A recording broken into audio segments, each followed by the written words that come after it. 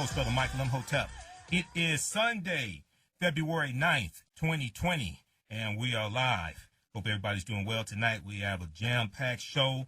There's a lot that took place this past week, a historic week. We're going to break down some of the things that took place. We saw that Donald Trump used African Americans, used black people as political props during his State of the Union address, as he lied about the economy and many of his accomplishments. We're going to break that down and do a fact check of that. I've looked at 3 or 4 different fact checking sources. Also, we saw that earlier in the week, Trump was acquitted in the U.S. Senate in the impeachment trial. Many of you saw a broadcast that I did earlier in the week dealing with that. Go to our YouTube channel, Michael Imhotep, Imhotep. Imhotep, and our Facebook fan page, The African History Network, and check that out. Republican senators were too cowardly to follow their oath of office that they took, and they acquitted Trump, even though they knew that he was guilty, even though they knew what he did was wrong. We saw senator after senator, whether it was Senator Lisa Murkowski of Alaska, Senator Susan Collins of Maine, whether it was Senator Lamar Alexander of Tennessee, who said what Trump did was wrong. Even Lamar Alexander, who's retiring at the end of this year, he should resign today. He should have resigned after he voted to acquit Trump. He said he said they didn't need to hear from witnesses because the prosecution, the House managers had proven their case, but even he was too cowardly to vote to remove Trump from office. He said what Trump did not rise to the level of removing a president from office, even though the prosecution proved their case. There was only one senator who had the spine, who had the integrity, who had the backbone to follow the moral compass and to follow the oath that they took to defend the Constitution against enemies, both foreign and domestic, and then the oath that they took at the beginning of the impeachment trial to be an impartial witness and to hear the evidence. That was Senator Mitt Romney of Utah. He was the only one on one count, the first count that dealt with abuse of power. The second count that dealt with contempt of Congress, he voted along with Republicans. But only one Republican had the moral integrity and the backbone, and some people may refer to it as the testicular fortitude, to stand up and do the right thing. And he's already suffered from backlash. But too many of these Republicans are cowards, and they fear that Trump will attack them on Twitter. They fear retribution from Trump and others running a candidate against them in the primaries. Okay, so we're going to break this down. I want you to go, we'll deal with that a little bit, but I'm going to focus more so on the State of the Union address that took place and the lies he told in the State of the Union address, and give you sources to fact check that. Now, I did a presentation yesterday at Nandy's Knowledge Cafe in Highland Park, Michigan. Thanks to everybody who came out. And we dealt with African American History Month, the origins of it. This year's theme is African Americans and the vote. And one of the topics I dealt with was, did the 15th Amendment give African Americans the right to vote? Okay, we're going to talk some about that, because what a lot of people don't know is that the U.S. Constitution does not give the right to vote. The U.S. Constitution does not explicitly give the right to vote, even though the 15th Amendment protected the right to vote of African American men. Didn't apply to women. Okay, and then the 19th Amendment comes along in 1920. So this is the 150th year anniversary, or the sesquicentennial of the 15th Amendment of 1870.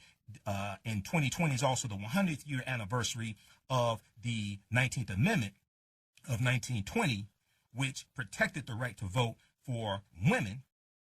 But we'll deal with the question, does the 15th Amendment actually give African Americans the right to vote? And does the U.S. Constitution explicitly give the right to vote to anybody? And then last week we didn't get a chance to deal with the topic, who was the first black president in North America? We're going to deal with Vicente Guerrero, who was the first president of Mexico when Mexico won its independence from Spain in 1828, and he was of African descent. We'll deal with those topics and more. And also, Trump has been lying about the African American unemployment rate. We know the unemployment numbers came out this past Friday. They come out the first Friday of each month. We saw that the white unemployment rate was 3.1%. We saw that the African-American unemployment rate ticked up from 5.9% to 6%. The unemployment rate for African-Americans has increased for 3 straight months.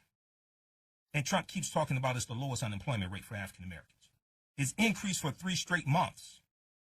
What he doesn't want to deal with, the fact that African-American women make 61 cents on every dollar that the average white male makes. And in the state of Louisiana, it's 47 cents on every dollar that the average white male makes. So we'll break that down. African-American unemployment rate rises after Trump brags about how low it is at the State of the Union address. Did you see how Trump used African-Americans as political props at the State of the Union address? Did you see during the Super Bowl? Now, I saw it afterwards because I didn't watch the Super Bowl. I was on the air last Sunday. I haven't watched the NFL game in going on 4 years because Colin Kaepernick is still being banned from the NFL, so I'm not watching. Okay? Some people, you remember when it was popular to boycott the NFL? What happened? Remember when it was popular to boycott the NFL for Colin Kaepernick? What happened to that? He's still being blackballed by the NFL. So what, they paid him a settlement. He's still being blackballed. Go watch the broadcast I did earlier this week dealing with Colin Kaepernick and Jay-Z and Beyonce. Because a lot of people are under the misconception that the $100 million that the NFL is allocating, $10 million over 10 years to go to organizations that are fighting for criminal justice reform and social justice, things like that.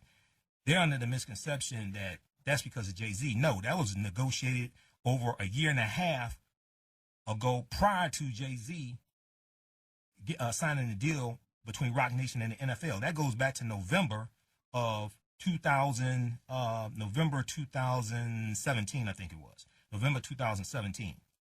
Okay? And that was the deal reached between the NFL players, their coalition, and the NFL. That's before Jay-Z signs the deal with Roc Nation, long before that.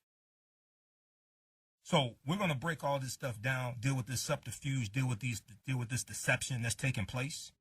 We know the November 3rd, 2020 election is coming up in 10 months. We saw the results came out from Iowa after the debacle in Iowa, that Pete Buttigieg got 14 delegates out of Iowa, so he won Iowa, but Iowa is only 41 delegates. There's 1,900, I think it's 1,900 in total. They won't have, most likely, the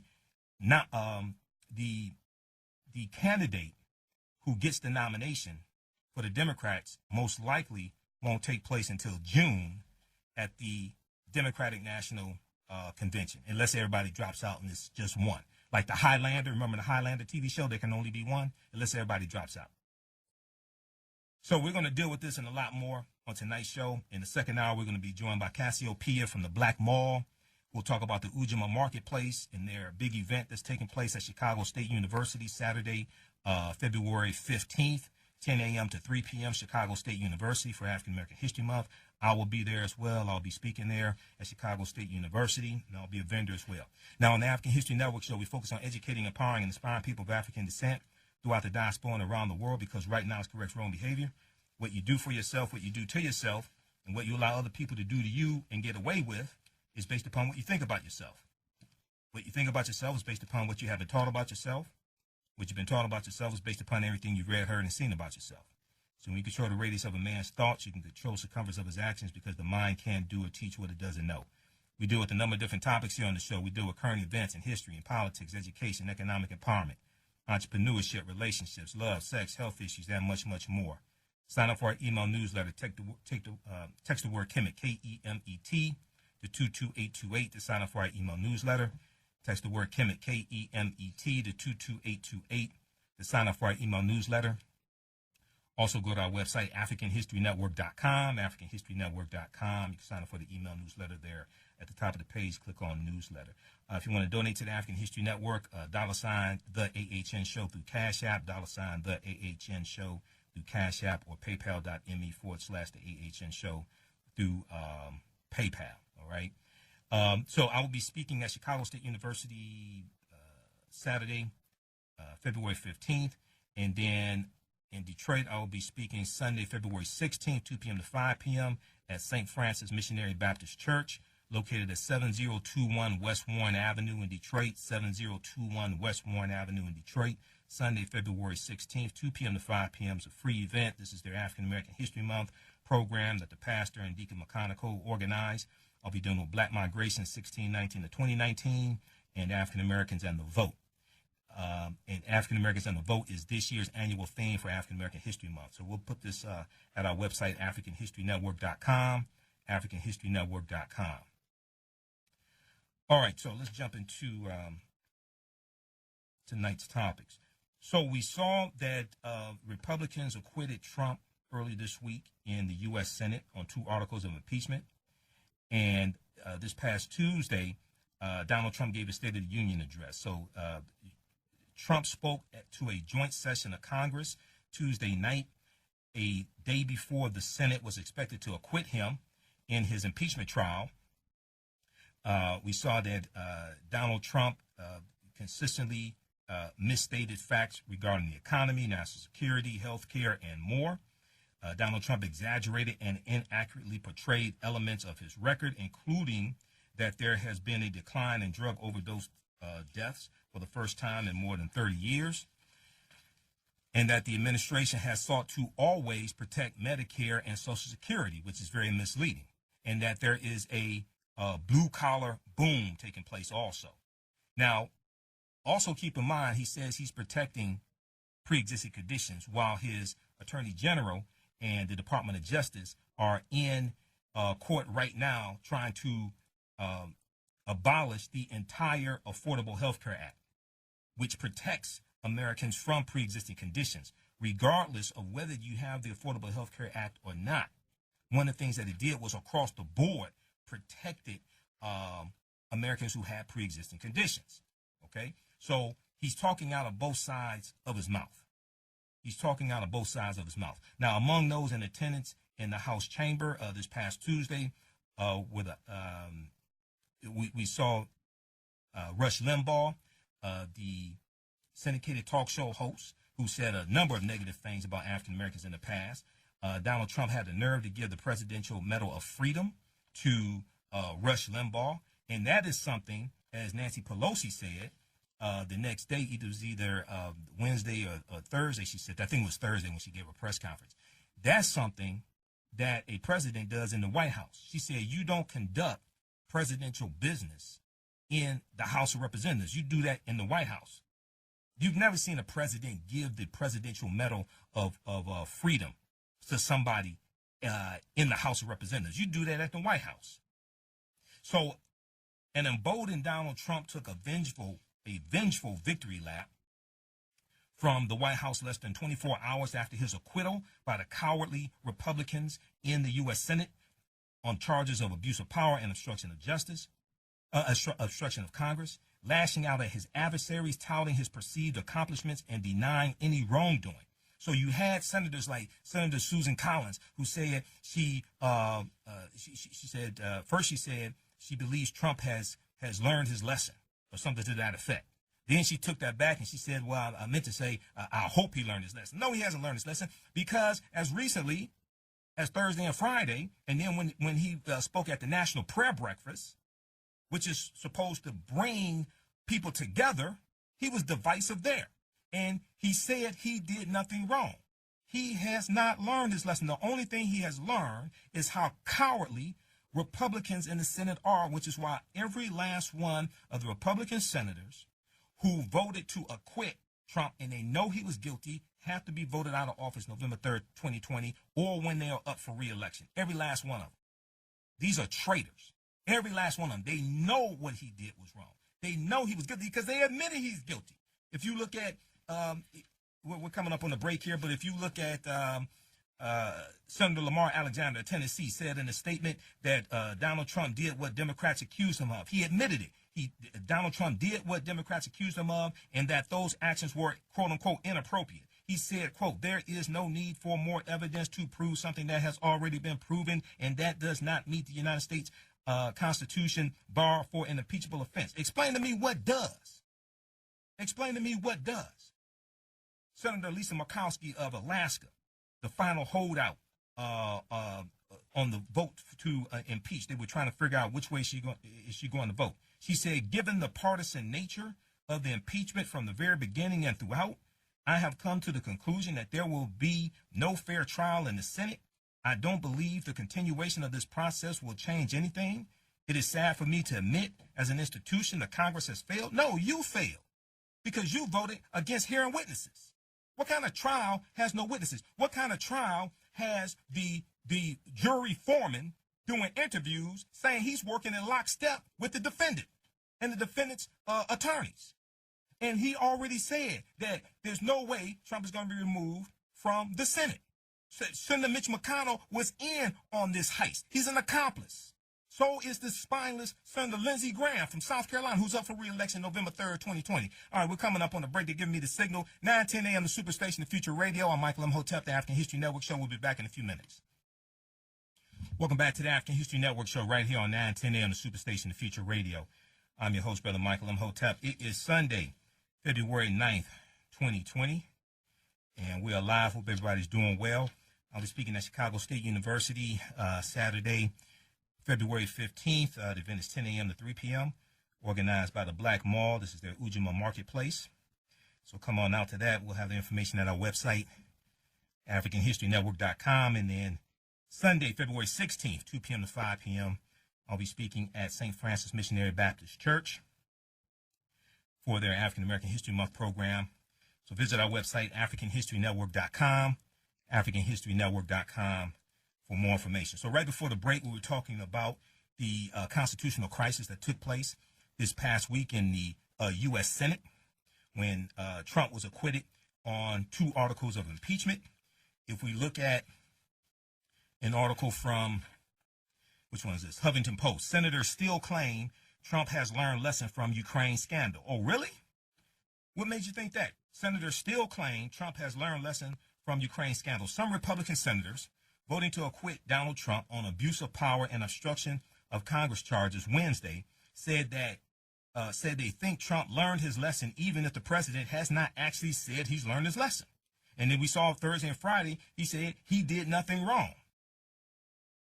Senator Lamar Alexander said, quote, I would hope that the president will look at this whole proceeding and realize that it's not appropriate to make a call to the president of another country and ask him to investigate your leading political opponent. Senator Lamar Alexander, Republican of Texas, said, we all learn lessons as we go through life. Presidents make mistakes, senators make mistakes, and hopefully we learn from those things. The only thing he's learned is how cowardly you all are. Senator Joni Ernst, Republican from Iowa, also said she thought the president had learned his lesson. Really? What makes you think that?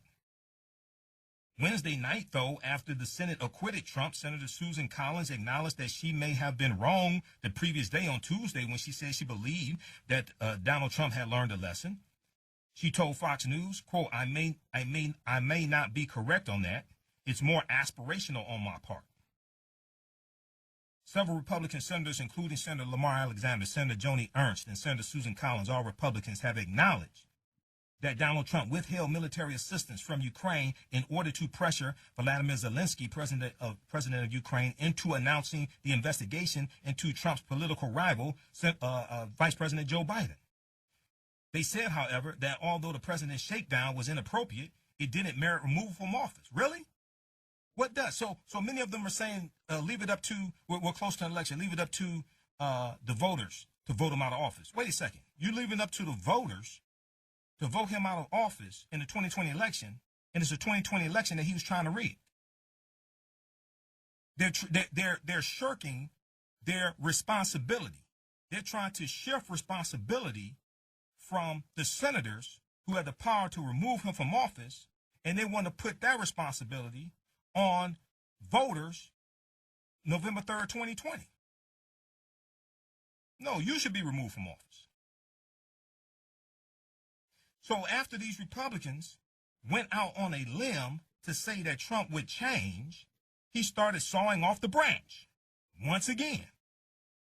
Trump told reporters it was a perfect call. He said that once again at an off-the-record lunch with news anchors this past Tuesday. Senator Lamar Alexander, Republican of Texas, said, all I can express is my point of view, and he is free to express his. What kind of spineless nonsense is this? Do you think they would be this ambivalent, this forgiving, if this was President Barack Obama who did what Trump did? This is an example of how elections have consequences. Senator Joni Ernst said, quote, if he feels that way, adding that she didn't see, quote, much of anything, end quote, in the record of the July phone call, she previously said it was, quote, maybe not the perfect call, end quote. Now, what's interesting, there was an article that came out earlier we talked about this last week, and it dealt with how Republicans are now saying it doesn't matter if there was a quid pro quo. You remember that? Because first they said there was no quid pro quo. Then they changed it and said, well, it doesn't, after the House managers proved their case, then they said, oh, well, it doesn't matter if there was a quid pro quo. Well, which one is it? Because the evidence is there. So an emboldened Donald Trump took a vengeful victory lap from the White House less than 24 hours after his acquittal on charges of abuse of power and obstruction of Congress, lashing out at his adversaries, touting his perceived accomplishments and denying any wrongdoing. In a disjointed, freewheeling speech from the East Room of the White House, Donald Trump railed against his adversaries, repeatedly going after former FBI Director James Comey, and celebrated his triumph in the Senate trial that he rigged. It was a rigged trial from the beginning. You blocked witnesses from testifying who had firsthand knowledge of what took place on the call. You ignored 71 subpoenas for documents. And then you want to claim you're acquitted. You want to claim you're innocent. No, you rigged the trial. He held up a Washington Post headline that said Trump acquitted.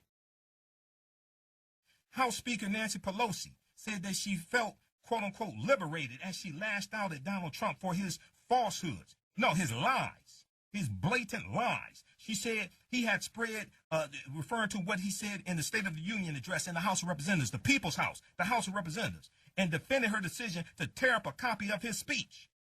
She said, quote, I tore up a manifesto of mistruths, she told reporters at her weekly news conference, referring to the moment on Tuesday at the end of his speech where she ripped up a copy of Trump's address to the nation. She said it was necessary to get the attention of the American people to say this is not true and this is how it affects you. Dude, this is, if you saw that, and I ain't watch it, it had the ratings were dropped 21% from previous State of the Union addresses, but I was watching the live fact checking on this from Washington Post and New York Times because I wasn't watching that garbage. I already knew he was lying.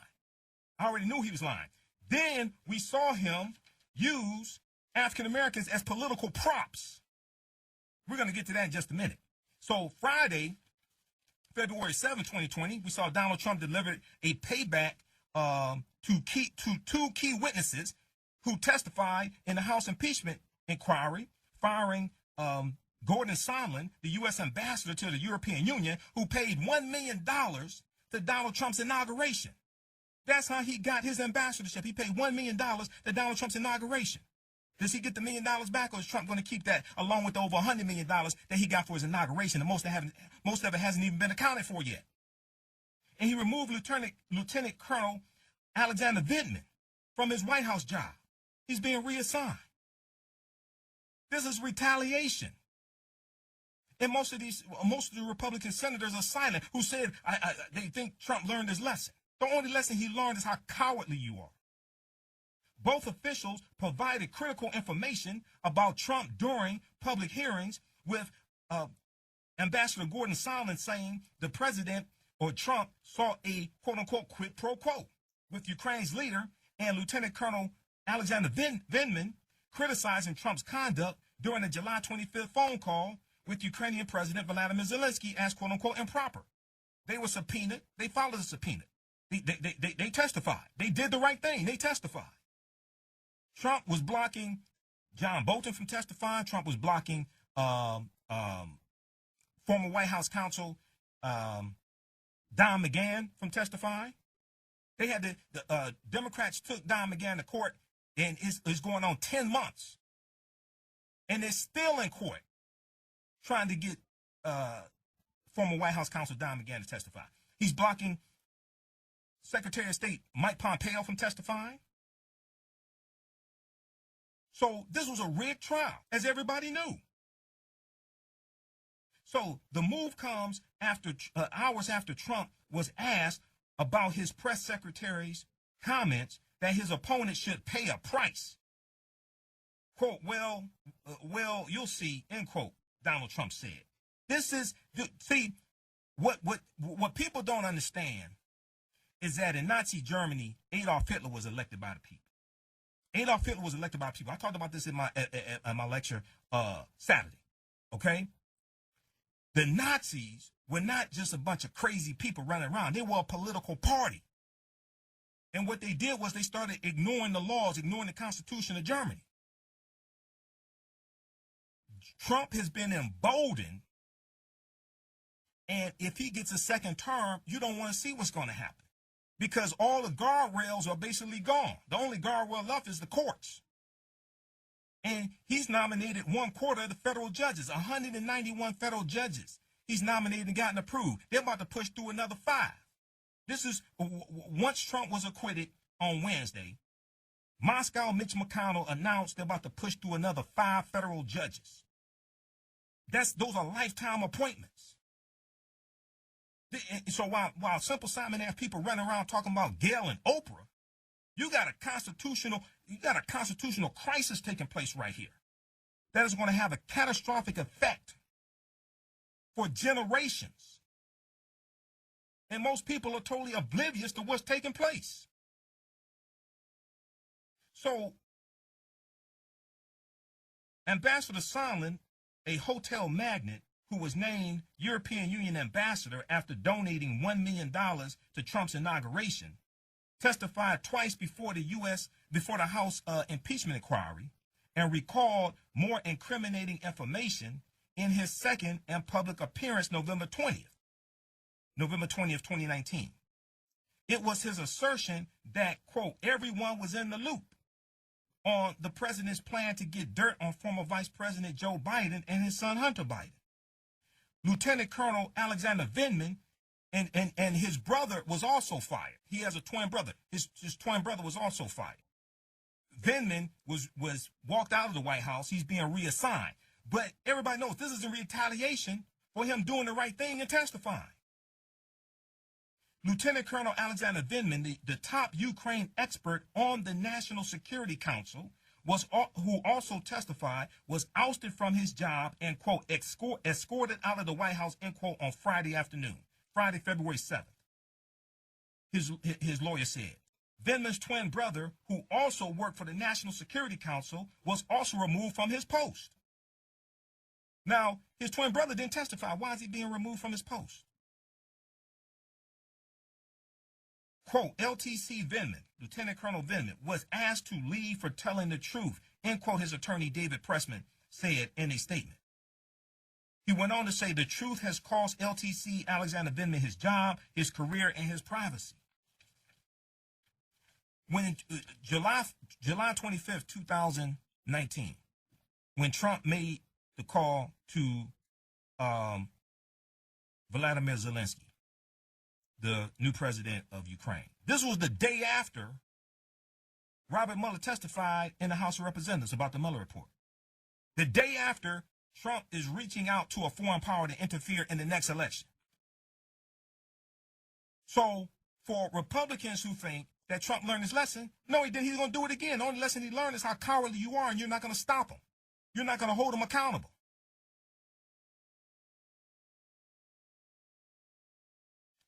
Let's go to the phone lines. Calling number is area code 313-778-7600. 313-778-7600 is the calling number. If you have a question or comment, let's go to line 1. Let's go to Ron. Ron, tell us where you're calling from, and thanks for holding. Welcome to the African History Network show. Hey, good evening, brother. Hey, how you doing? Pretty good. Hey, I'm calling from Detroit. I was just calling to say that the thing with me that gets me is that, one, now we're talking about the end of, to me, now we're talking about the end of democracy as we know it as it has been. You know, never again will we have a check and balance type situation. Now we're moved on to the new world where whoever gets control of the House and control of the executive office is now in power, and whatever they do without any regards will never be checked.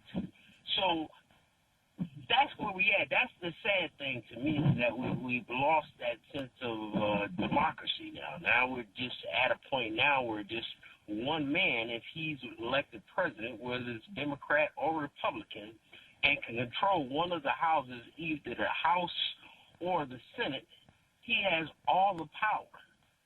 Well, so now the thing is that the impeachment trial in the Senate is a political process, not a legal process. So it still hasn't been adjudicated in the courts. It still so that hasn't been ruled on necessarily in the courts. It's bad enough in the Senate, but you still have laws. But unfortunately, what's taking place is that certain things are not being enforced. Certain things are being ignored. For instance, let me give you an example. This past week, yes, Treasury Secretary Steve Mnuchin turned over records pertaining to Hunter Biden and Hunter Biden and I think also Joe Biden, but I know Hunter Biden. He turned over records to Senator Chuck Grassley and Senator Lindsey Graham, and they did not submit a subpoena for the records. But a subpoena was submitted to the Treasury Secretary Steve Mnuchin from the House of Representatives, from the House of Representatives, from their committees, to get Donald Trump's taxes, and I think it was the Ways and Means Committee, okay? And they're doing so by law, and Mnuchin is ignoring their subpoenas. But you turn over records for Hunter Biden to Senator Lindsey Graham and Senator Chuck Grassley with no subpoena. And that's what I'm saying, that whoever, it's become the end of the check and balance is gone. It's whoever can rule both houses, or at least two of the three, you're basically in control. Because you just pointed that out with that example. Dude, this is dangerous because so now when we look at Joe Biden falling in the polls, a lot of people associate a lot of that with the impeachment trial and seeing Joe Biden and Hunter Biden in the headlines because of Rudy Giuliani and Donald Trump cooking up this drug deal, okay, targeting Joe Biden, and there's absolutely no evidence of any wrongdoing between the two of them. So you may say it was inappropriate for Hunter Biden to be on the board of Burisma, but it's also inappropriate for Donald Trump's son-in-law, Jared Kushner, with no experience, to be a senior advisor, and he owes $250 million to Deutsche Bank. We didn't, and then not only that, the FBI did not approve Jared Kushner's background check, but still he got security clearance. But you see, the game they play is that, one, now they're using the divide and conquer rule on us. Yes. Hey, you can't vote for this person because they have this kind of orientation. You can't vote for that person. And now all these different things, and he's playing the same playbook that he used against Hillary. Well, that's the same thing. So it was email. So it was Hillary. I'll let you finish just a second, and we got to go to John line 2. So it was Hillary's emails. But then, if you notice, I think it was January or December, the Department of Justice completed their 2-year investigation into Hillary's emails, and they said they found nothing.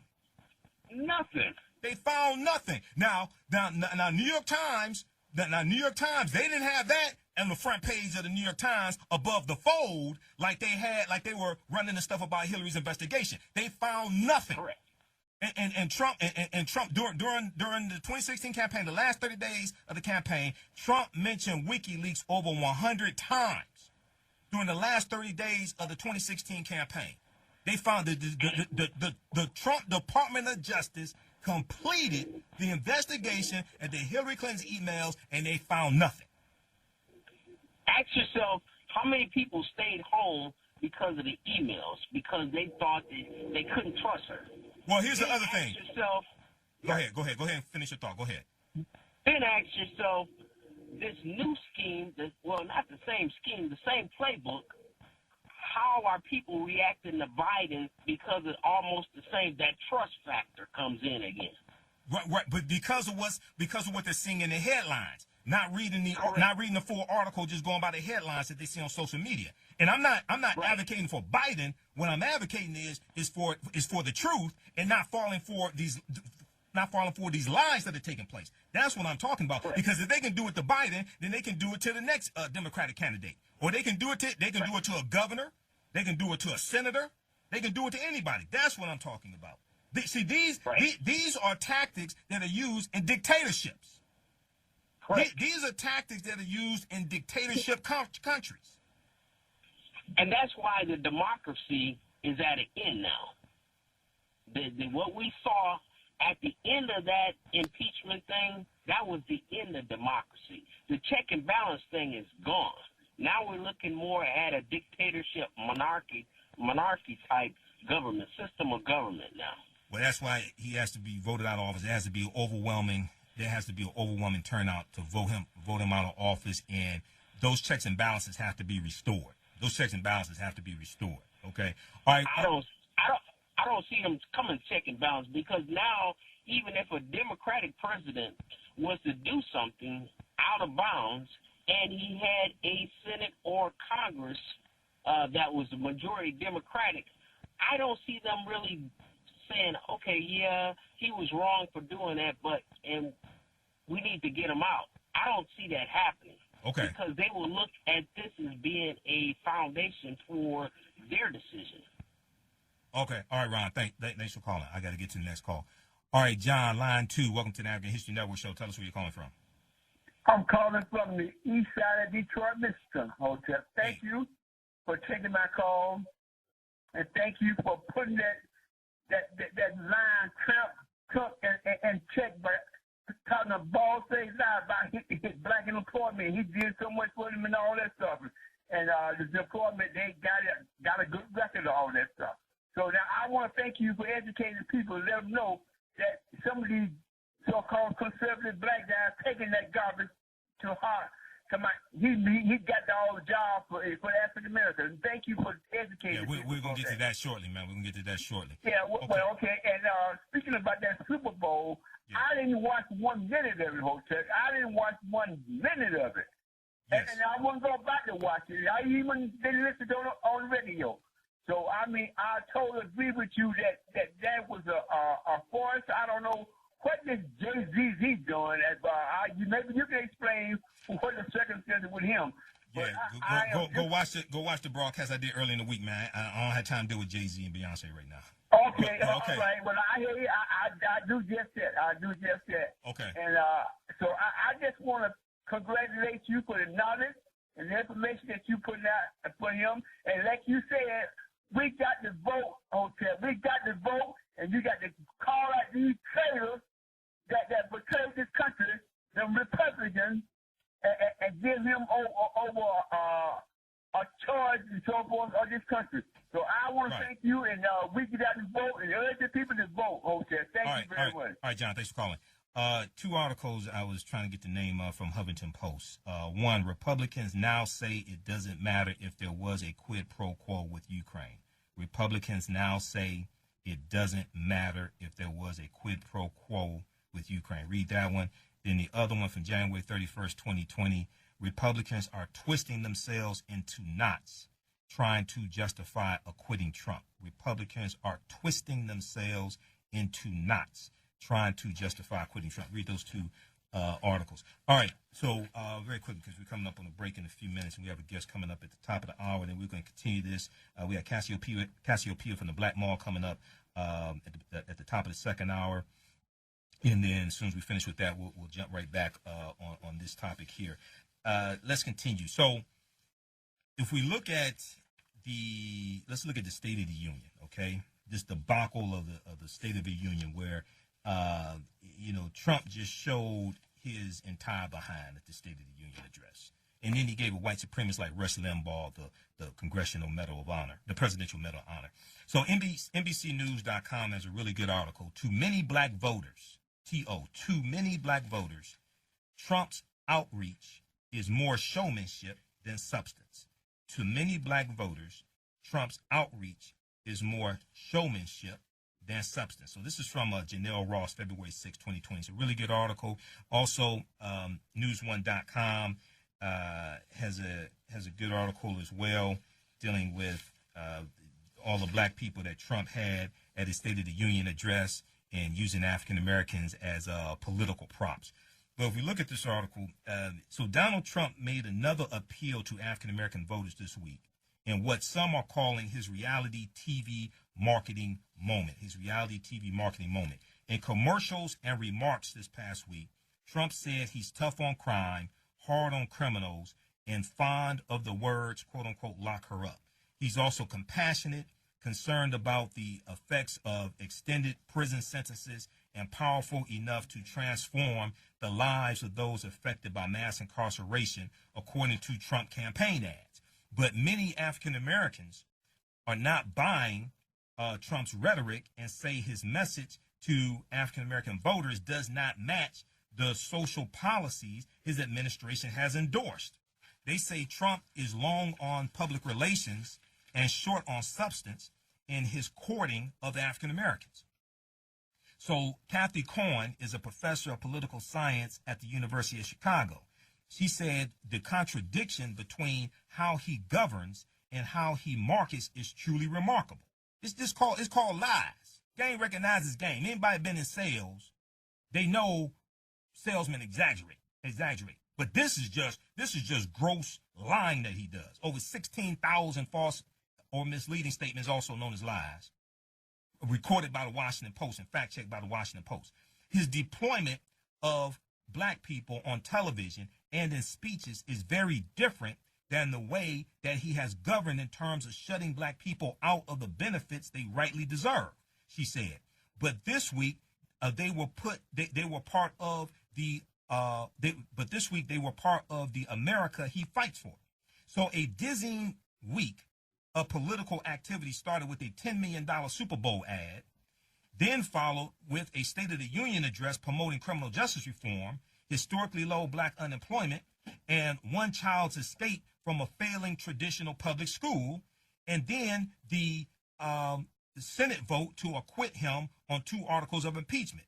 Through it all, Donald Trump confused and angered many African-American voters, illuminating an enduring reality in the Trump age. What Trump says about race is not always true, experts say, but his message sometimes works to meet his immediate needs, building new alliances and assuaging voters' concerns. Okay, so there was an article from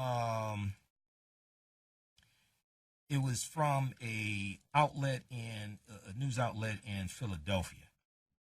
When we look at him using the little girl, the 4th grader, okay, and giving her the voucher for a school of choice, go whatever school she wants to, right? When you research this, she's not in a failing public school, what you call government schools, and charter schools are public schools also. She's not. She's in a charter school that she started in September, which is like a math and science academy. And it's part of a charter school network that's one of the best schools in Philadelphia. When we on the other side of the break, I'll give you the name of that article, okay? So these are just blatant lies that he showed. He used African Americans as a political backboard to score points off of. So Trump's State of the Union speech was part of an effort political activists and experts say that Trump and his re-election team made this week to bolster support with groups where enthusiasm for Donald Trump is wavering. Recycled long-running GOP tactics and then added a Trump spin. The target audience was white Republican moderates and independents, but the address included an audacious set of claims that a slice of African Americans disenchanted with the Democratic field could possibly find compelling or actually fall for the lies that he's telling.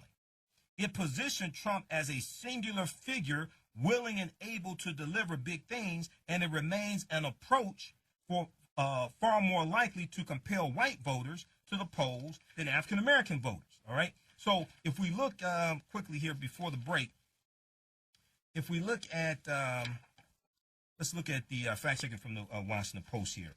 He says, since my election, we've created 7 million jobs. Okay, now Trump often inflates the number of jobs created under his presidency by counting from election day.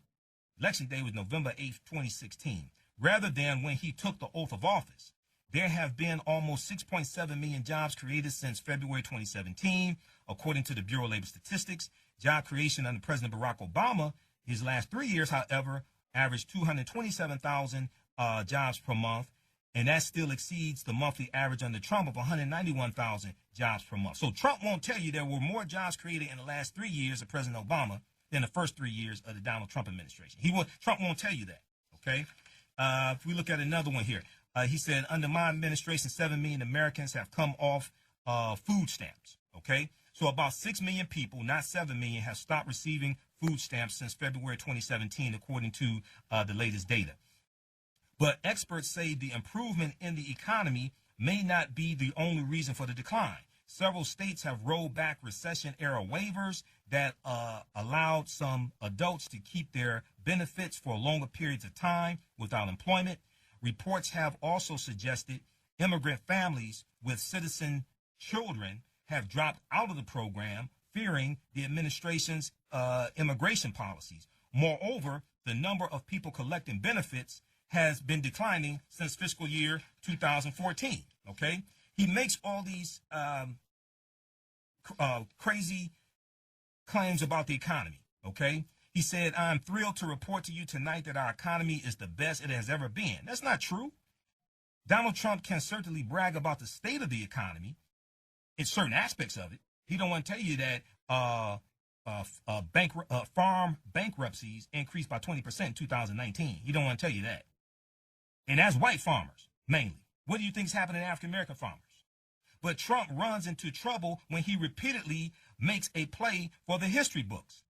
The Washington Post database of Donald Trump claims, there's over 16,000 of them, show he has made a variation of this claim some 260 times. Some 260 times. There are several metrics one could look at, but the current economy falls short, according to experts we consulted. The unemployment rate reached a low of 3.5% under Donald Trump. So that's the U3 number. Go to BLS.gov, Bureau of Labor Statistics, and research how is the unemployment rate calculated. There's 6 unemployment rates, U1 through U6, okay? The one that you hear talked about the first Friday each month, that's usually the U3 number. All right, so the unemployment rate reached a low of 3.5% under Trump, but it was as low as 2.5% in 1953. It was as low as 2.5% in 1953. Trump has never achieved an annual growth rate above 3%. That's the GDP, above 3% annual growth rate. He has never achieved an annual growth rate above 3% for the GDP. But in 1997, 1998, and 1999, the gross domestic product, the GDP, grew 4.5% in 1997, 4.5% in 1998, and 4.7% in 1999. But even that period paled against the 1950s and 1960s.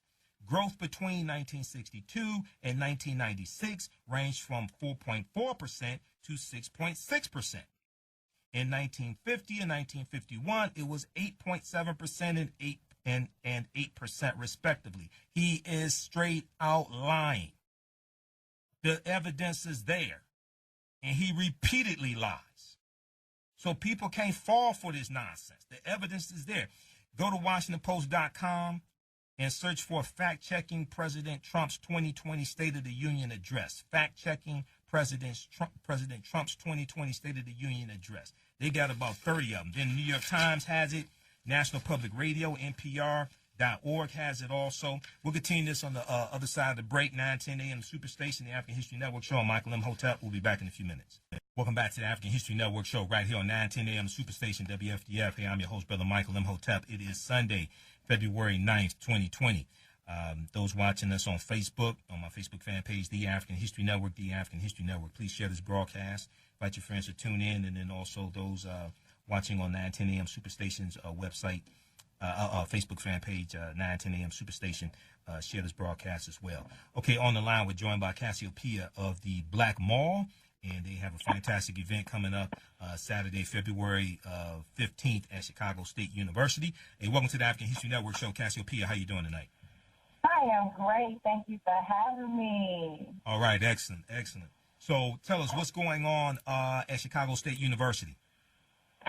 So we are having our Black History Month Ujima Market. Ujima meaning cooperative economics. It is a vendor market, panel discussion, workshops, dance classes. It is an amazing day, to celebrate our culture and our history. And Yes. of course, we cycle the Black dollar. It is going to be jam-packed with 40 vendors, including yourself, Michael. Yes. And we are also going to have it's All-Star Weekend here in Chicago, so we're going to have a few former WNBA and NBA stars coming to talk about a For the Love of the Game panel. Okay. We're going to be doing some chakra workshops and smudging, some African dance classes, some video game tournaments. It's just a great day for everybody to come out, Wow. celebrate, socialize, network. Yeah. Wow, that's a lot taking place. Okay, so tell us the time and how much is admission? Oh, my God. First of all, admission is free and open to the public. Free and open to the public admission. Okay, go ahead. Yes. It's going to be from 10 a.m. to 4 p.m. Central Standard Time. Okay, so 10 a.m. to 4 p.m. Central Standard Time, Chicago time. Chicago State University, Saturday, February 15th. And you're going to have, about 40 vendors? Yes. Okay, 40 Yes. vendors, workshops. I'll be speaking there as well. And then you're going to have panel discussions. Now, tell us about some of the panel discussions that will take place. So we got For the Love of the Game. We're going to be having, some, like I said, the professional basketball players come and talk about what happens to life after, the NBA and, what are they doing with their time, with their investments. Now, that's important. That's important because the average career in the NBA is only about 5 seasons. So, what do you do with the rest of your life? Yes. Go ahead. Yeah, and how are you managing money and time, and what does that look like? And better practices for people who are interested, right? We're also going to be doing For the Love of Self. So we're going to be having some different practitioners there. They're going to be talking about, plant-based lifestyle, about, plant-based lifestyle, okay. Yes, healthier living, talking about, healthier relationships,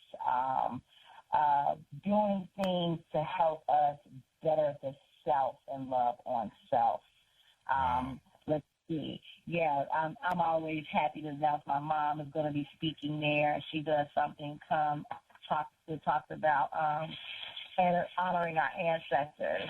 Okay. It is Black History Month, and, we, of course, always acknowledge the heroes of the past, but she does something on a monthly basis where we are celebrating one of our heroes' birthdays or significant days. So every month we have somebody that we are, looking at and going back and remembering. So that's an aspect.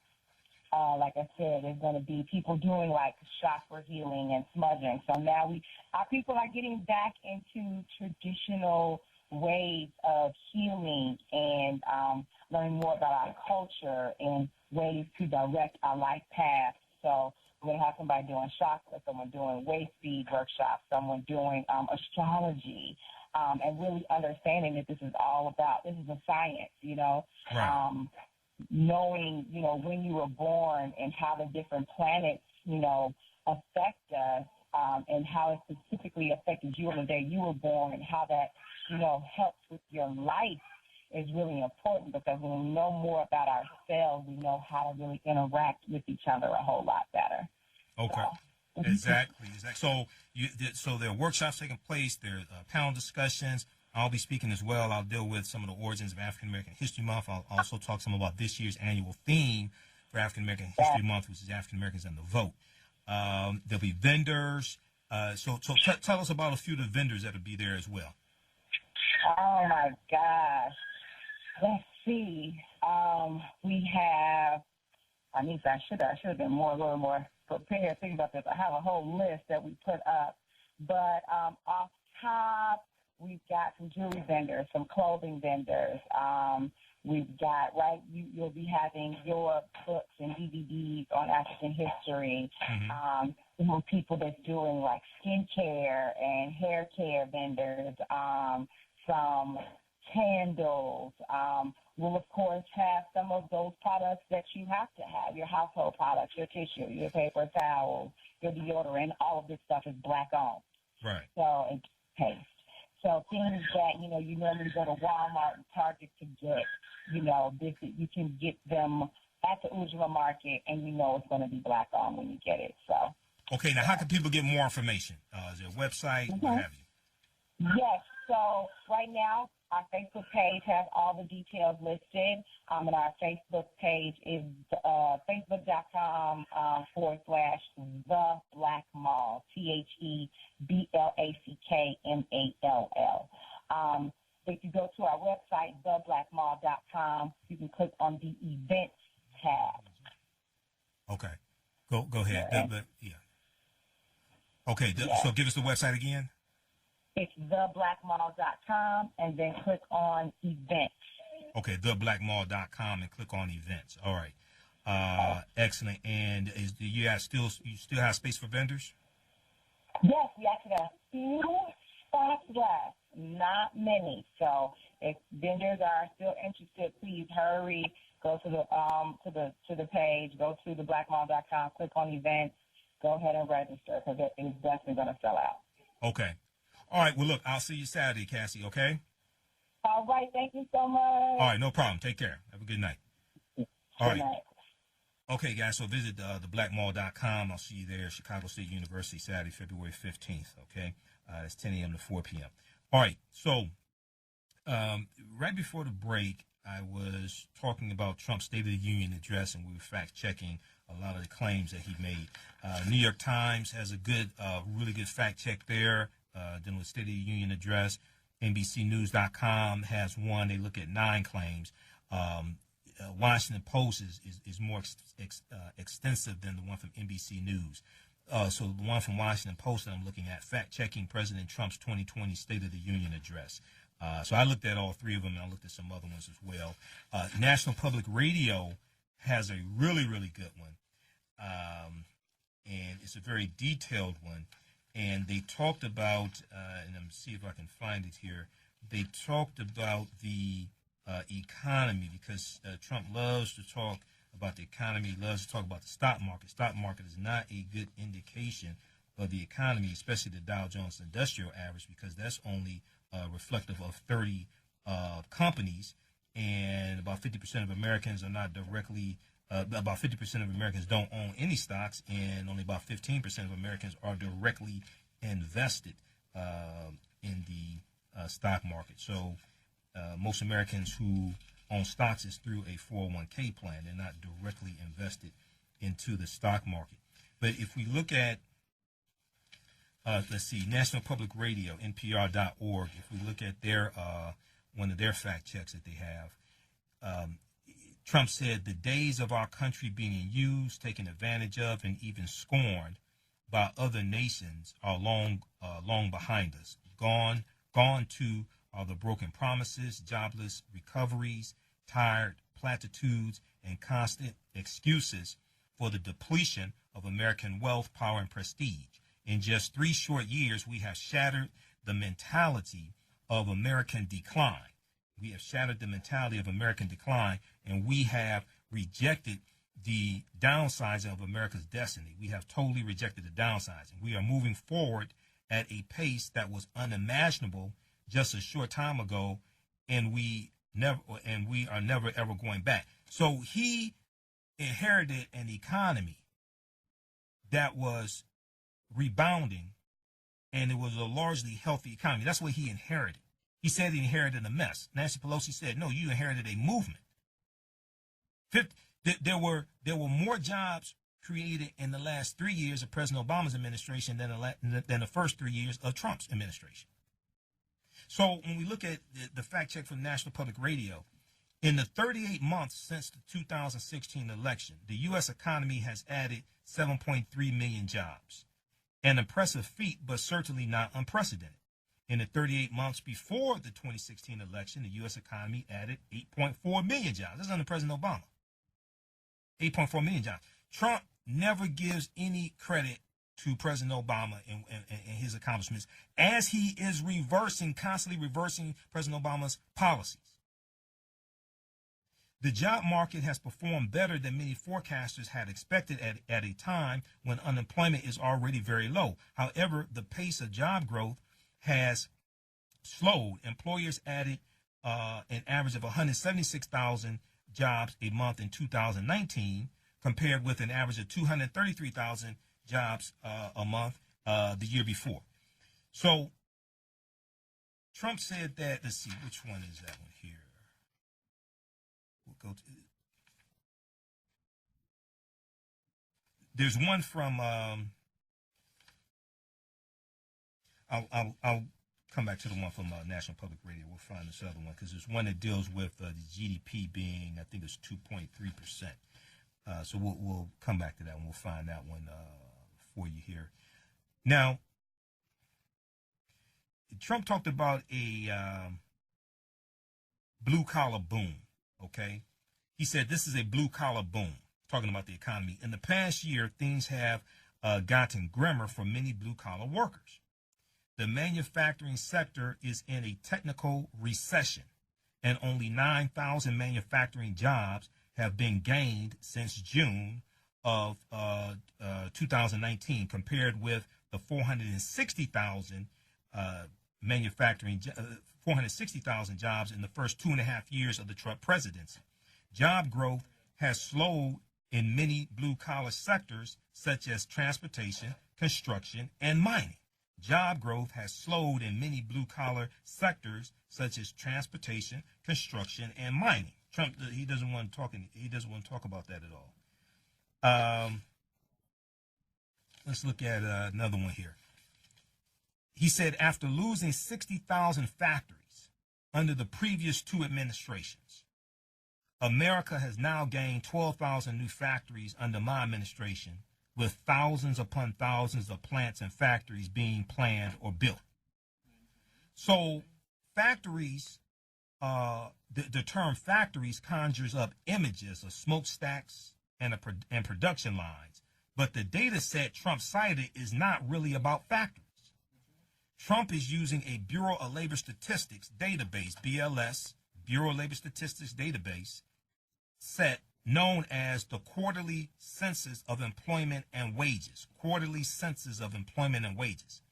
The data show that the data show that the United States gained nearly 12,000 additional quote-unquote manufacturing establishments between the first quarter of 2017 through the second quarter of 2019. There was also a gain of 10,000 under President Obama's second term. But more than 80% of these quote-unquote manufacturing establishments that Trump calls factories employ 5 or fewer people. This ain't like the Jeep Eagle plant. This is not like the plant that produces Cadillac Escalades. More than 80% of these quote-unquote manufacturing establishments that Trump bragged about employ 5 or fewer people. This is from the Bureau of Labor Statistics. This is from his own governmental department. If those sound like pretty small factories, that's because many are not even factories. The Bureau of Labor Statistics counts any establishment, quote, engaged in the mechanical, physical, or chemical transformation of materials, substances, or components into new products. Let me repeat this. The Bureau of Labor Statistics. I don't even know if Trump knows where the Department of Labor is. But anyway, the Bureau of Labor Statistics counts any establishment, quote, engaged in the mechanical, physical, or chemical transformation of materials, substances, or components into new products, end quote. So that also includes businesses, quote, that transform materials or substances into new products by hand or in the worker's home, and those engaged in selling to the general public products made on the same premises from which they are sold, such as bakeries, candy stores, and custom tailors. Do bakeries, candy stores, and custom tailors sound like factories? This is what he said. He said, quote, after losing 60,000 factories under the previous two administrations, America has now gained 12,000 new factories under my administration, with thousands upon thousands of plants and factories being planned or built. But more than 80% of these factories he's talking about employ 5 or fewer people. They include people making stuff in their home. They include people making soaps and shea butter, all that stuff in their home. What are you talking about?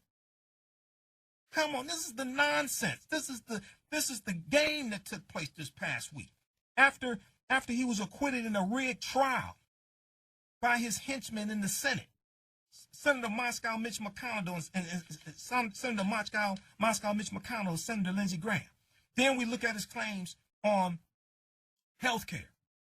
Trump said, before I took office, health insurance premiums had more than doubled in just 5 years. I moved quickly to provide affordable alternatives. Our new plans are up to 60% less expensive. That was his claim. Trump often makes this claim, but we have not been able to verify the claim of a 60% reduction in costs. What are you talking about? Where is it? Show it to us. The new short-term health plans authorized by the Trump administration are less expensive for a reason. They offer skimpier coverage and thus provide less protection. As for the doubling in health insurance premiums, that claim is based on a White House report that made some questionable methodical choices. Trump continues to talk about protecting patients with pre-existing conditions. He said, quote, we will always protect patients with pre-existing conditions. End quote. Protect them from what? In an ongoing court case, the Trump administration is supporting a total repeal of the Affordable Care Act, also known as Obamacare. While he's standing there lying to the American people, 30 million more people, and the viewership was down 21%. And it's a good reason why, because a lot of people are tired of hearing them lie. At the very same time, his Department of Justice is in court right now trying to take away health care from over 20 million people. In an ongoing court case, the Trump administration is supporting a total repeal of the Affordable Health Care Act. This Affordable Health Care Act, also ostensibly known as Obamacare, gave health care to 3 million non-elderly black people who didn't already have health care. And the Affordable Health Care Act includes, and so he's also trying to repeal the guarantee that patients can't be denied coverage for pre-existing conditions. Whether you have the Affordable Health Care Act or not, that change that came about with the Affordable Health Care Act being instituted applied to everybody who had health care or was seeking health care, that you cannot be denied because of pre-existing conditions. He's trying to repeal that. He lies and says he's trying to protect it. Protect it from what? Republicans in Congress tried for years to repeal the entire law. They raised tens of millions of dollars running. Year after year, we saw them running and raising tens of millions of dollars on repealing the entire Affordable Health Care Act. And they haven't come to a consensus on a alternative health care plan that they can institute.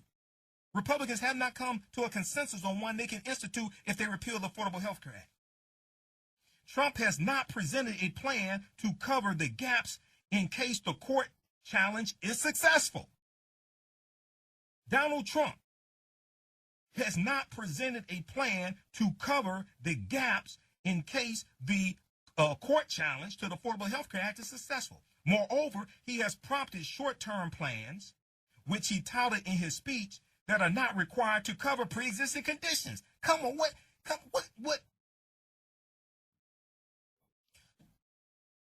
I'm trying to explain to you.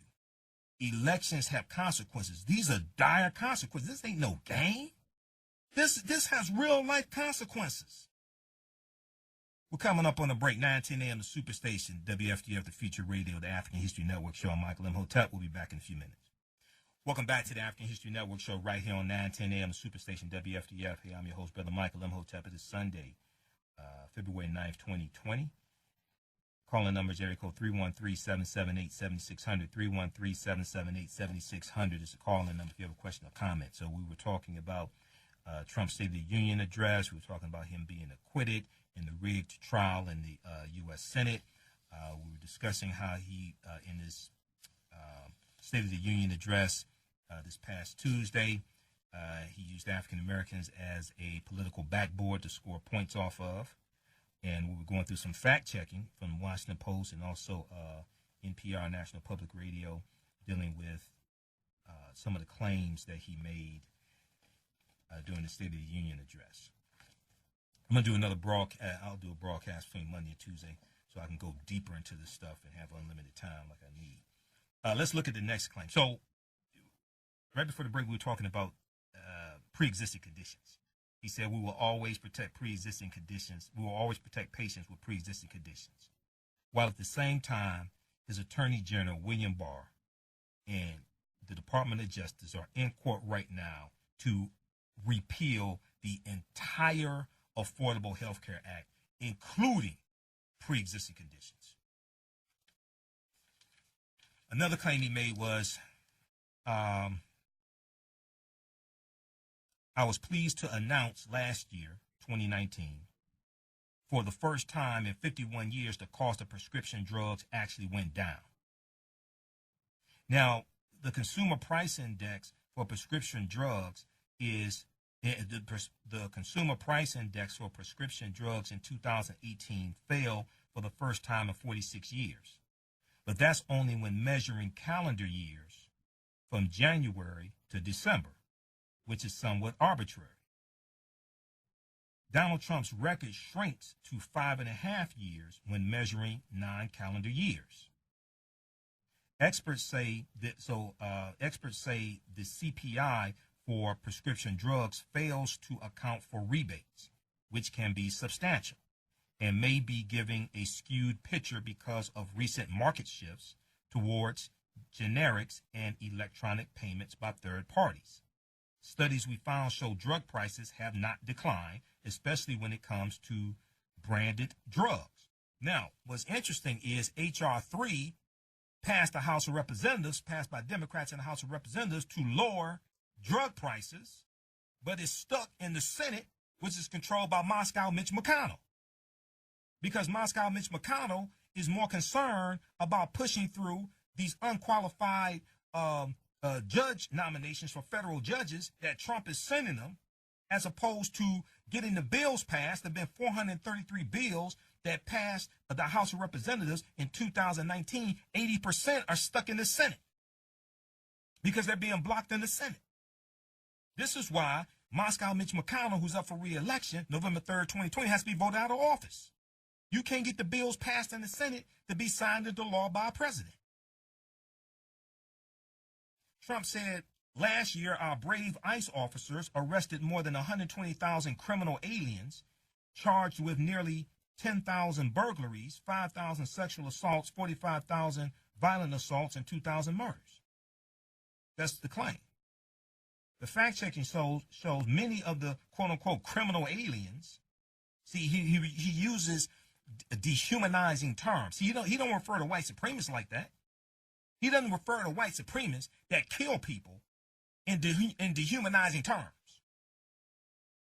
Many of the undocumented immigrants Trump is describing are immigrants who were convicted of immigration or nonviolent offenses.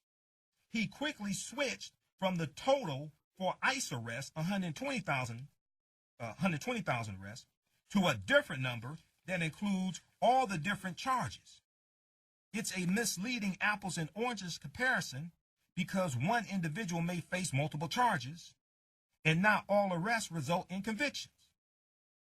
The other thing that's duplicitous and downright deceitful is that undocumented border crossings at the southern border were at a 50-year low in 2017 when he came into office. They were at a 50-year low.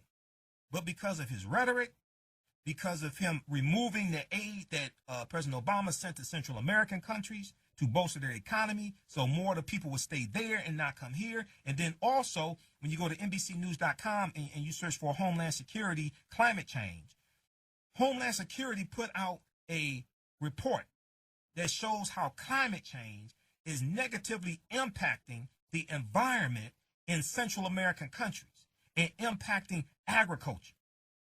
Trump totally ignores this, which caused more of a flood of people coming from Central American countries into Mexico trying to come into the U.S. Then you also have an increasing number of African migrants coming from the Congo, coming from Angola, coming from Cameroon, and other African countries, and they're coming through Central America as well. A lot of this could have been avoided. But see, when you don't understand the cause of this, the other thing that's very important to understand is U.S. policies to Central American countries going back 50 years, in some cases the last 100 years. And the tensions going back 170 years between U.S. and Mexico, and understanding the Mexican-American War between 1846 and 1848 that ended with the Treaty of Guadalupe Hidalgo of 1848. This is how the U.S. got the territory that became Colorado, Arizona, New Mexico, California, Utah, Nevada, and Wyoming. That came from that treaty with Mexico because the U.S. went to war with Mexico. We go back to 1836 when Texas wins its independence from Mexico. In 1836, the Texas Rangers are formed in Texas. I ain't talking about the Texas Rangers baseball team. I'm talking about what becomes the law enforcement organization called the Texas Rangers, which became the state police. But the Texas Rangers started out as bounty hunters who were paid by white slave owners in Texas to go into Mexico to capture runaway slaves and bring them back to Texas. Because the first president of Mexico, Vicente Guerrero, outlawed slavery in Mexico after Mexico wins its independence from Spain in 1828. You have to understand history, understand what's going on right now. And what we're dealing with right now is the fear of the browning of America, the fear of the year 2043. I talked about this in my presentation yesterday. The fear of the year 2043, when demographers and the U.S. Census Bureau and others estimate that white people will no longer be the majority population in this country. And some white people, not all white people, fear what will happen. So that's what all this is. That's what all of this is about. We just saw that a couple of weeks ago, Trump put more African countries on the immigration ban list, including Nigeria and Eritrea, because they're not concerned about white undocumented immigrants or white legal immigrants that come to this country. That ain't the problem. It's non-white people coming to this country. That's what they're trying to crack down on. That's what the fear is about. There's a fear of the browning of America. So let's look at this last fact check. Then we're going to get into, then we'll go to the phone lines here. So stand by, everybody. Chad and Olaf will come in just a minute here. Trump said, quote, "Before I came into office, if you showed up illegally on our southern border and were arrested, you were simply released and allowed into our country, never to be seen again. My administration has ended catch and release. If you come illegally, you will now be promptly removed from our country. Very importantly, we entered into historic cooperation agreements with the governments of Mexico, Honduras, El Salvador, and Guatemala." Now, interesting enough, did Trump mention that the CIA in 1954 overthrew the democratically elected president of Guatemala? Did he mention that in his speech? Because that helped destabilize Guatemala, the economy, the government. Did he mention that? You sure? As a result of our unprecedented efforts, illegal crossings are down 75% since May. Well, they were down. They were at a 50-year low or 40-year, 50 or 40-year low when you came in office in 2017. As a result of our unprecedented efforts, illegal crossings are down 75% since May, dropping 8 straight months in a row. And as the wall rapidly goes up, drug seizures rise and border crossings are going down. Did you talk about part of that wall fell over when the wind blew too hard? Is he talking about the tunnels that run under the ground from Mexico to the U.S. that are being dug and being discovered by the Border Patrol, and the wall don't have nothing to do with those tunnels running underground where they're running drugs and probably smuggling people? CBSNews.com has a big article. There's been about 190 tunnels that have been discovered by the Border Patrol since 1990. CBSNews.com. Don't believe me. They know this. The Border Patrol is finding these tunnels. There was just one that was found like in the last couple of weeks. The fact of the matter is, the fact check and the truth is, the Trump administration has tried but has not ended catch and release, the policy of releasing asylum seekers and refugees, many of them women and children, into the country while they await a hearing in the clogged U.S. immigration court system. Immigrants continue to be released. Southwest border apprehensions dropped 75% when measuring from May to December. But when looking at all of Trump's presidency, the gains are almost negligible. 42,359 apprehensions in January 2017 and 40,620 apprehensions in December 2019. But undocumented border crossings were at a 40-year low when you came into office in 2017.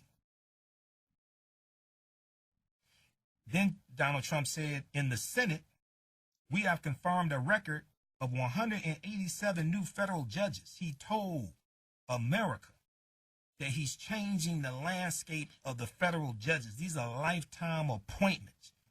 These federal judges that they're nominating are very young, ultra-conservative, many of them totally unqualified judges that will be there for the next 30, possibly 40 years, lifetime appointments.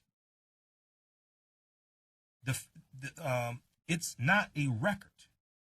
He said it's a record number. It's not a record. Trump has a long way to go to have appointed the most federal judges.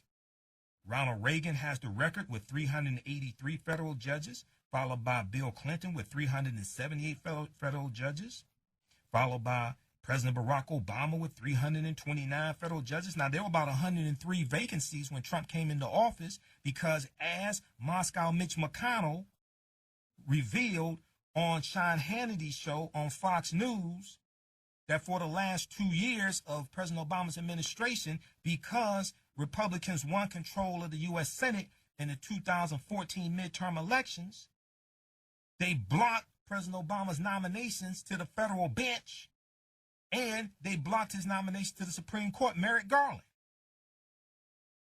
And Moscow Mitch McConnell bragged about this. That's one little evil-looking troll.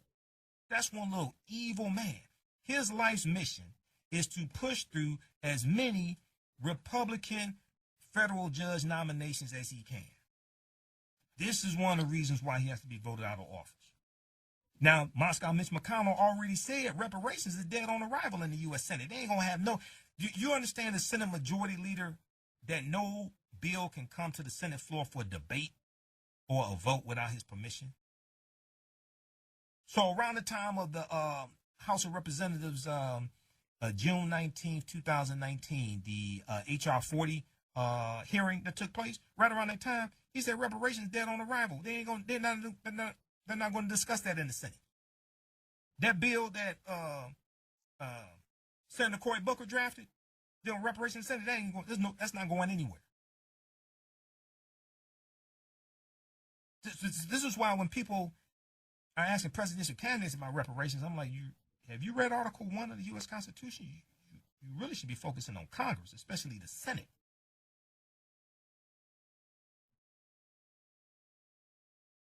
So President Obama got 329 federal judges confirmed. Through January 18th of 2019, 187 judges nominated by Donald Trump have been confirmed by the U.S. Senate. It's now 191. It's about to go up again. The Trump campaign notes that Trump ranks second in terms of judges confirmed at this point in his presidency after Jimmy Carter and first in appeals court judges. But he hadn't gotten a record number of 187 new federal judges. Not a record number. He lied again. Let's go to the phone lines. Let's go to Chad, line 1. Chad, welcome to the African History Network show. Tell us where you're calling from. Thanks for holding. Hey, how you doing, brother? From Detroit. I just want to say, more power to you. Thanks. And heads up, bro. You making mention, of the thing that this administration has been doing. And by the grace of God, I believe we will prevail, those of us that have good intentions and mean well. I just want to expound just a little bit on that stuff about, with that, for Shrin Gale and the thing she done got all stirred up in the black community.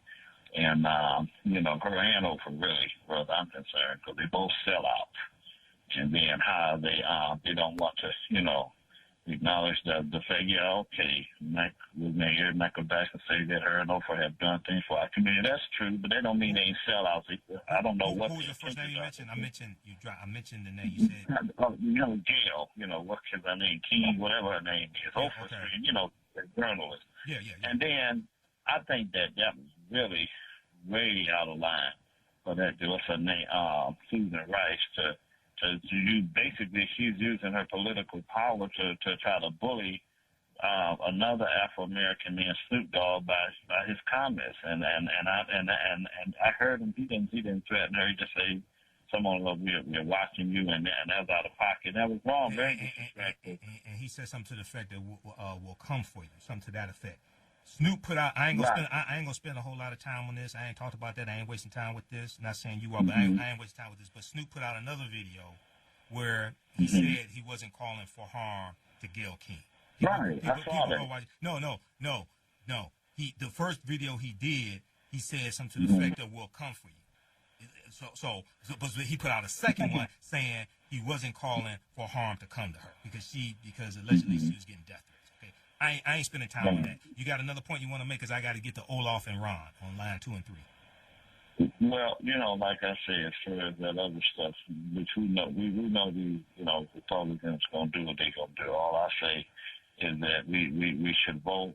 You know what I mean, and let God fight out better. Because at the end of the day, nothing we could do anyway. You know what I mean? So it's good to talk about it, but the guy got the last say so. You know what I mean? Because everything we try to do, they shoot it down. No. If we understood the importance of midterm elections, we wouldn't be in this predicament in the first place. If we understood the importance of the 2016 election, do you know how many black people registered to vote in the 2016 election? No idea. 16.4 million. You know how many actually voted? 9.5 million. Trump won Michigan, Wisconsin, Pennsylvania by 78,000 votes. He won Michigan by 10,704 votes. We don't understand this, what's taking place. Okay, I got to get to this other call, man. I got to get this up. Thanks for calling. Keep listening. Look, I told people in 2016, I said on this station every week, I told you what was going to happen. And people thought this was a game. Dude, if you understand history, you understand the same way Nixon got into office, the circumstances, the same way Trump got into office. It was a backlash. Every time there's progress made, there's a backlash to African Americans. There was a backlash that ended Reconstruction in 1877. There was a backlash with Nixon being elected in 1968, who ran on the platform of law and order. And then Roger Ailes was a campaign advisor and friend to Nixon. Roger Ailes founded the Fox News Network because he said if there had been a news network that took the side of the president, Nixon would not have to be forced to resign from office. That's what Fox News just did. Roger Ailes was a friend and of Donald Trump. Let's go to line. I'm gonna do another broadcast that's gonna be uncensored because this is some stuff I got to say. I can't say it here because of FCC regulations. Let's go to line 2. Olaf, you're on. Thanks for holding, Olaf. Tell us where you're calling from. Yeah, Olaf from Brightmoor, Detroit. Bro, wow, that was deep what you just said about that Roger. Dude, we don't understand history. I didn't know. This stuff ain't hidden. People distracted about BS is going on right now. That's why I'm going to put out nothing about Galen Open. That's a bunch of nonsense. Go ahead, man, because I'm about to set it off. Go ahead, brother. I can't say what I need to say right here. Go ahead. Oh, no, it's all good. But just real quick, when you get a chance, if you haven't checked it out, check out that Netflix series with Malcolm X. I know you're history. Yeah, I'm going to watch that. Yeah, I'm going to watch that. Go ahead. I'm going to watch that. Go ahead and complete your thought. Oh, yes, sir. Please watch it. I watched it, and, man, it's great. And when you get a chance, then come back on the radio and tell me, expound on the series for me and the rest of the listeners. And real quick. I'll do that. Yeah. Thank you, sir. And real quick, give me your thoughts about Michael Bloomberg as it relates to the black community. And that's all I got for you, sir. Thank you. Now, okay, hold on before you. So Michael Bloomberg as it relates to the black community based upon what? Yes, as it relates to what? What did you get? Well, you know, what he said, what he wants to do with the black communities all over the country. And so you're talking about the Greenwood Initiative and investing $70 billion into the African American community, things like that? Yes, sir. Yes, sir. Okay, so here's something very interesting, man. He's setting up. So up on Livernois, I think between 6 and 7 Mile, there's a new Bloomberg campaign office there in Detroit. Mm-hmm. He's setting this up now. On the east side too. Now, here's the thing. I want to look. I heard him talk about the plan. We know about stop and frisk. Now, his campaign manager, I think it was his campaign manager, was interviewed on MSNBC this past week, and he was asked about stop and frisk in New York. He said there were hundreds of thousands of people that were victims of stop and frisk. No, it was 5 million. It was 5 million. Now, shortly before he announced he was running for president, he apologized after for years saying, "You sound like Trump. He didn't do anything wrong." Things like this. Okay. So here's the thing. For the sake of time, at the end of the day, if Michael Bloomberg gets the nomination, okay, to get Trump out of office, will I vote for Bloomberg? You damn right I will. Okay, but to get Trump out of office, oh yes, but we have to understand that the $70 billion, that has to pass through Congress. From my understanding, I haven't seen the details of it. One, that has to pass through Congress, but Bloomberg would be a whole lot better than Trump. I'm telling you. Yeah, I'll vote for a dog catcher right now. I'll vote for Daffy Duck. I'm with you on that. I said in my broadcast earlier this week, if Daffy Duck can get 70 million popular votes and 270 electoral college votes, I'll vote for Daffy Duck to get Trump out of office. Yes, sir. Okay, man. I got to get to Ron. Thanks for calling. Keep listening. Okay, thank you. All right, Ron. Line 3. Welcome to the African History Network. Welcome to the African History Network show. Thanks for holding and tell us where you're calling from. This is Ron from West Holland, Michigan. Go ahead. I'm a black voter. I'm voting for Trump. I don't want everybody listening to the show that think we all one-sided, because it seems like we got an agenda against them. Not that I'm not saying you don't understand. Your voice is a little muffled. Not that you not. Your voice is a little muffled. Are you on a speakerphone or Bluetooth earpiece? You on a speakerphone or Bluetooth earpiece? Hello? Yeah, are you on a speakerphone or Bluetooth earpiece? Your voice is a little muffled. Oh, I'm sorry. Can you hear me now? I can hear you better. Go ahead. Hello? Yeah, I can hear you better. Go ahead. Okay, I'm sorry. I didn't want your listeners to think all black people are alike and think the same way y'all think, because it seems like you got an agenda against them. And it seems like you understand how politics go, but you're only talking about the Republicans. Ain't politics dirty anyway? Politics is dirty anyway, but there's a difference between dirt and a cesspool. And that's what Trump is, a cesspool. Go ahead and complete your thought. The reason why it's hard for me to believe what you say is because you already got an agenda against them. I'm not saying there's nothing wrong. You don't have to believe me. I've given you the sources. Go read this yourself. You don't have to believe me. Proper documentation ends all conversation. You don't have to believe a word that I say. That's you why made an example about if it's Obama. Slow down. That's why I give you the sources so you can go read this stuff and research it yourself. Go ahead and complete your thought because I got to move on.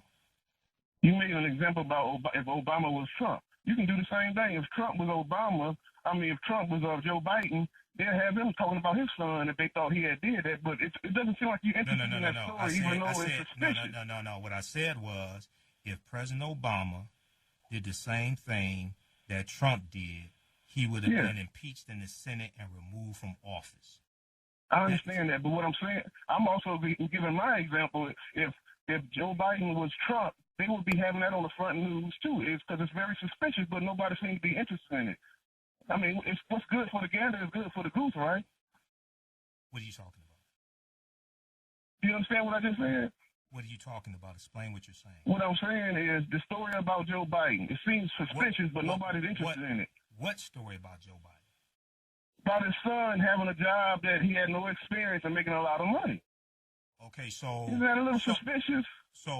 And if that was Trump, they have it on front news all the time, but they're not interested because he's a Democrat, Joe Biden. Number one, Hunter Biden, even though there are concerns about it, there's no evidence that he did anything wrong.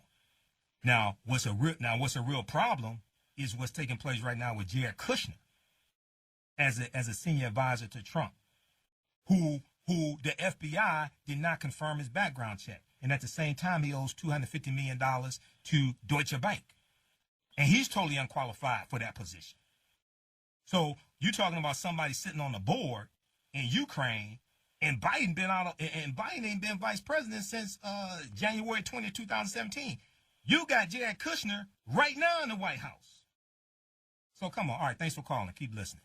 All right, let's go to this quickly here, news1.com, okay? Once again, you don't have to believe a word that I say. That's why I give you the sources. Go research this for yourself. Notice he ain't provide one source. This is how they act. That's why I let him talk so you can hear. He ain't provide one source for you to go research. Notice that. News1.com. This came out February 7th, 2020. Black unemployment rises after Trump brags how low it is at State of the Union. Black unemployment rises after Trump brags how low it is at State of the Union. So this was written by Bruce T. Wright.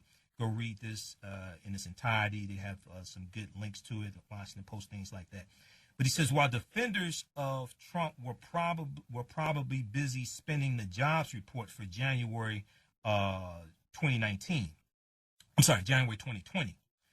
black workers likely exhaled a deep sigh, but not one of relief. The numbers were there for all to see. Black unemployment had risen yet again for at least the third straight month, according to the latest monthly jobs report released this past Friday, February 7th, from the Bureau of Labor Statistics, BLS.gov. Go to BLS.gov. You can read the labor report there, and also search for how is the unemployment rate calculated, because most people don't understand this. The white unemployment rate was at 3.1%. The African-American unemployment rate increased from 5.9% to 6%. Okay? Overall, the January 2020 unemployment rate was at 3.6%. Those figures stood in stark contrast to the bragging and boasting that Trump was doing just a few days ago at the State of the Union address, when he resorted to his familiar refrain about how low the black unemployment rate is. According to the Bureau of Labor Statistics, this is the U.S. Department. I'm not sure if Trump talks to them. The black unemployment rate rose from 5.9% to 6% from December to January of 2020.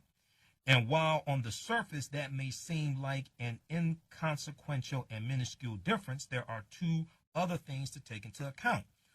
Number one, that 5.9% unemployment rate is still nearly twice that of white people, which is 3.1%, the January 2020 unemployment rate for white people, and well above the national average of 3.6%. The latter of which also rose from December 2019. Secondly, and arguably more important, black unemployment has been steadily rising for at least the past 3 months, going from 5.5% in October to 6% in January of January 2020. So the trend in the wrong direction undermines Trump's persistent claims otherwise and suggests, like all those black folks he had as his guest at the State of the Union address, that he's just posturing to disingenuously demonstrate what he says is a commitment to black America. With that said, the unemployment rate for African American women did fall in January 2020, going from 2.8% in December to 2.7% in January 2020. However, it rose for African American men from 2.8% to 2.9%, placing the larger focus back on African American unemployment as a whole. Economists have bristled at recent job reports that have fallen well short of expectations. While there was a respectable 255,000 jobs added to payrolls in December 2020, or actually should be January 2020, there hasn't been enough of an emphasis placed on exactly what type of jobs are actually hiring. Many of them have been low-wage gigs in a continuation from a trend seen following other recent jobs reports.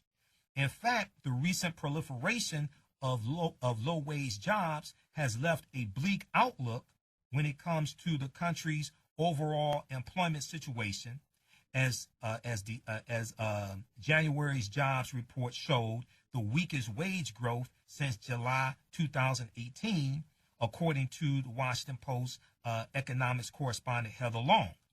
The Economic Policy Institute, EPI, has given a somber reality check to those celebrating the low levels of unemployment. Once again, the Economic Policy Institute has given a somber reality check to those celebrating the low levels of unemployment. Quote, nominal wages rose 3.1% year over year in November 2019, which is lower than expected in any economy that has had historically low unemployment. The Economic Policy Institute wrote in part before continuing. They go on to say, quote, it is important to remember that periods of stronger wage growth for production, non-supervisory workers in this recovery tend to be followed by periods of relatively weaker growth. Definitely a promising sign in the stronger trends, definitely a promising sign if the stronger trends continue, but the slowdown for all private sector workers is still troubling, end quote. The Brookings Institute, their report that we've talked about here on this show, the Brookings Institute also previously released its analysis of the American economy and found that even as the U.S. economy hums along at a favorable pace, there is a vast segment of workers today earning wages low enough to leave the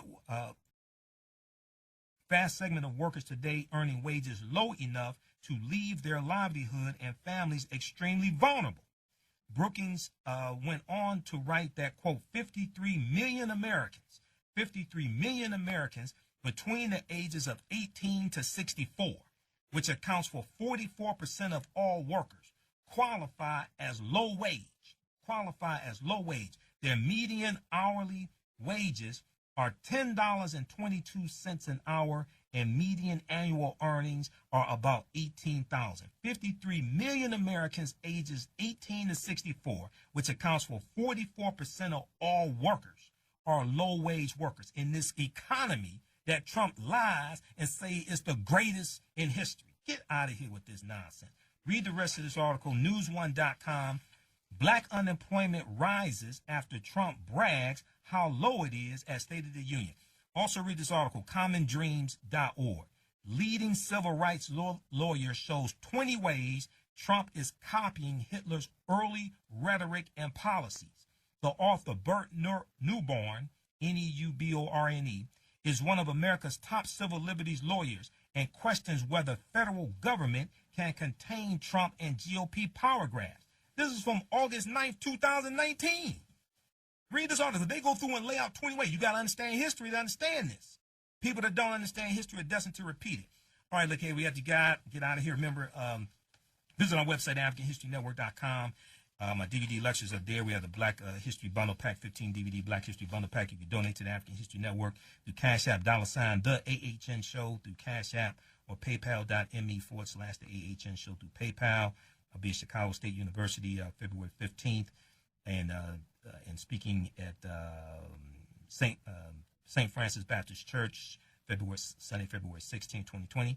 At the African History Network Show, we focus on educating, empowering, and inspiring people of African descent throughout the diaspora and around the world, because right now it's correct wrong behavior. It's now over till we win. Wakanda forever. Stay tuned for Pastor Mo. We'll talk to you next week. Peace.